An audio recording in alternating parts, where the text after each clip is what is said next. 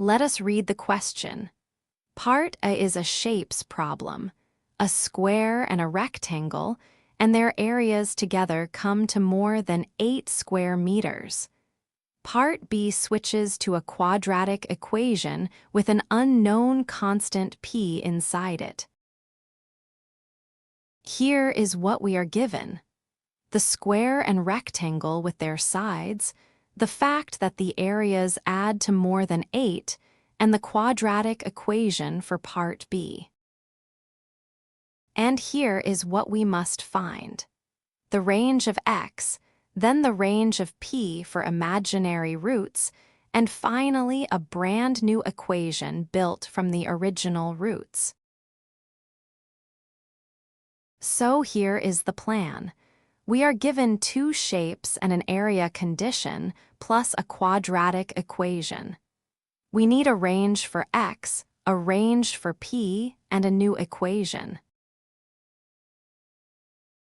Here is the diagram. On the left, a square with side x. On the right, a rectangle. Its height is x, and its width is 2x plus 10. The square's area is x times x. That is x squared. The rectangle's area is x times 2x plus 10. Step 1. Add the two areas and set the total above 8. The square gives x squared. The rectangle gives x times 2x plus 10, and together they must exceed 8. Expand the rectangle's area. Collect like terms and bring the 8 across to get a standard quadratic inequality. Now factorize the left-hand side. Step 2. Use the table method on the two factors. Each factor is 0 at x equals 2 over 3 and x equals -4. These two values split the number line into 3 regions. The table has a row for each region. We read the sign of each factor, then multiply. When x is less than -4, both factors are negative, so the product is positive. Between -4 and 2 over 3, the first factor is negative and the second is positive, so the product is negative. And for x greater than 2 over 3, both factors are positive, so the product is positive again. Step 3. The table tells us where the product is positive. So the product beats 0 when x is less than -4, or x is greater than 2 over 3. But x is the side of a real shape, so x must be positive. That throws out the negative region completely. So the answer to part A is x greater than 2 over 3. Now part B. First, when does the equation have imaginary roots? Rearrange to standard form by moving 4p across.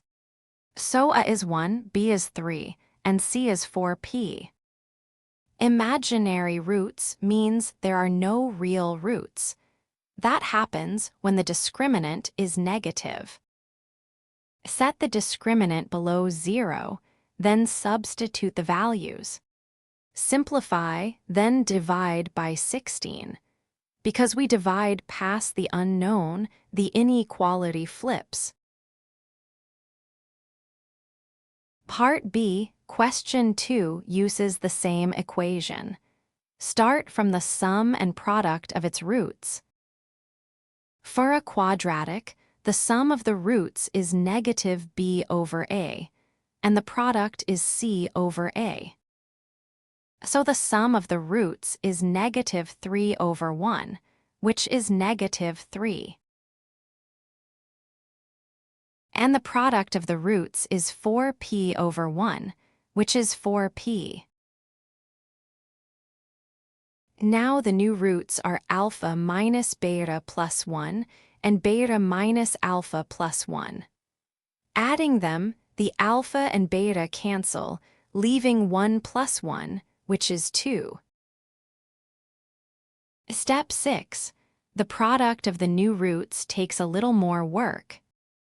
Here is the product of the two new roots.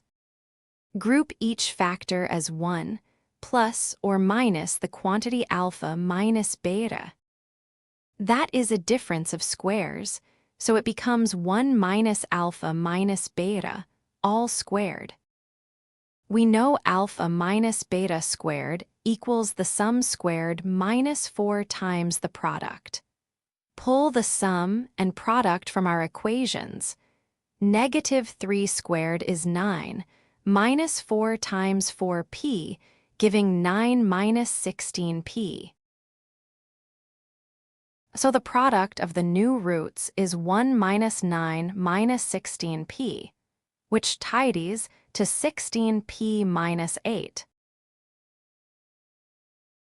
We now have the new sum, 2, and the new product, 16p minus 8. A quadratic with a known sum and product is x squared, minus the sum times x plus the product. Putting them in gives the new equation. X squared minus 2x plus 16p minus 8 equals 0. Final answers. Part A, x is greater than 2 over 3.